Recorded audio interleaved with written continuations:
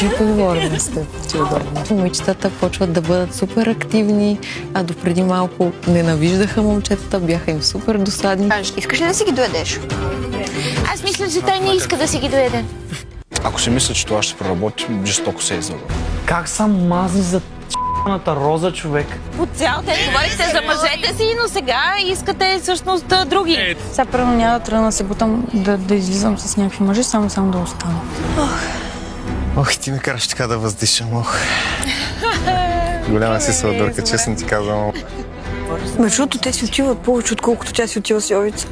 Прави ми впечатление, че Филипа до някаква степен флиртува. Ако трябва да избираш между него и Орлин, кой би избрала? Просто главата ми е една каша. Тя прекарва повече време с един човек, идваш ти и тя вече се колебае. Нищо, че го раздава много скромна и като ангелче, там не е чиста работа. Ами Натали, ако е притеснителен човек, не би играл на баба Стана.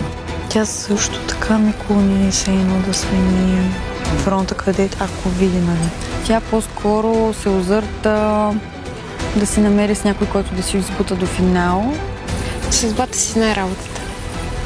От това тук зависи всичко. Всичко за напред.